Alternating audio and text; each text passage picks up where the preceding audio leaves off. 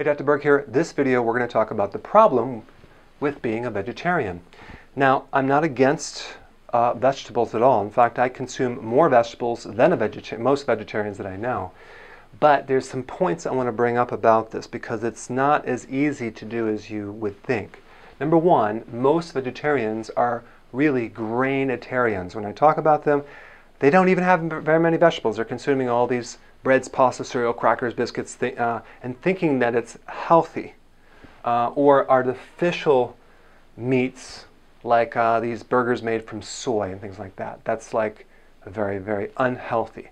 So if you're becoming a vegetarian to become healthy, then make sure that you do it with actual vegetables, okay? But you might have to add beans, you might have to add wild rice, you might have to add lentils, you might have to add nutritional yeast. There are ways to do it, but if you are an adrenal case or a diabetic, what happens is your body is in a state of a catabolic state. I'm going to explain what that means.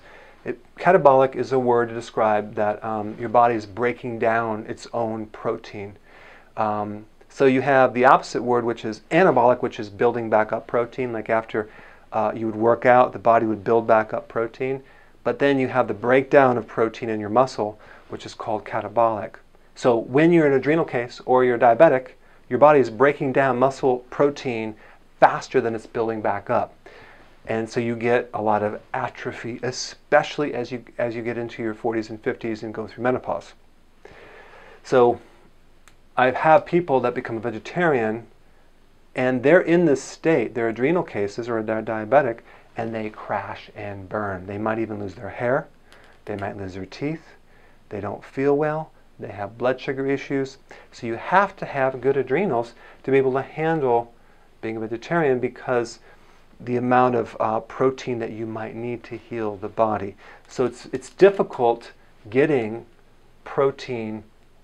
That's the big problem becoming a vegetarian. So because the amino acids are not as plentiful in a vegetable versus meat or an egg or a cheese thing, something like that.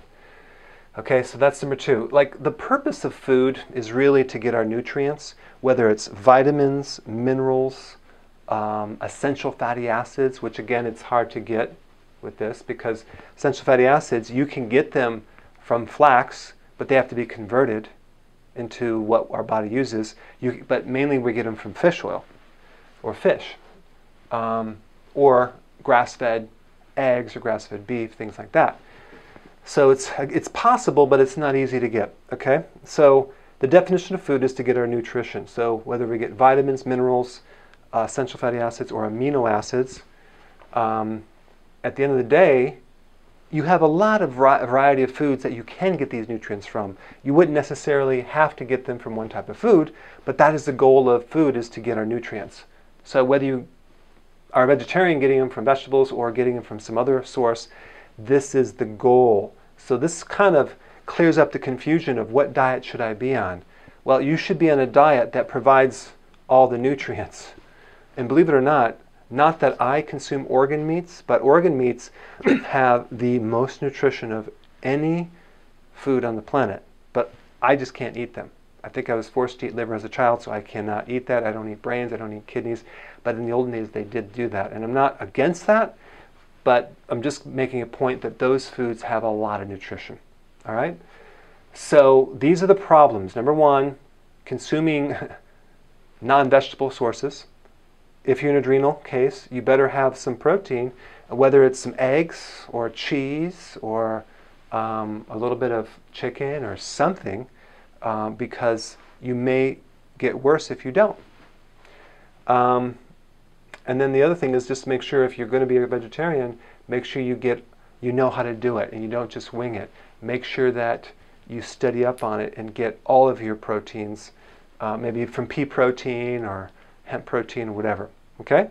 So that is my 2 cents, and I will see you in the next video.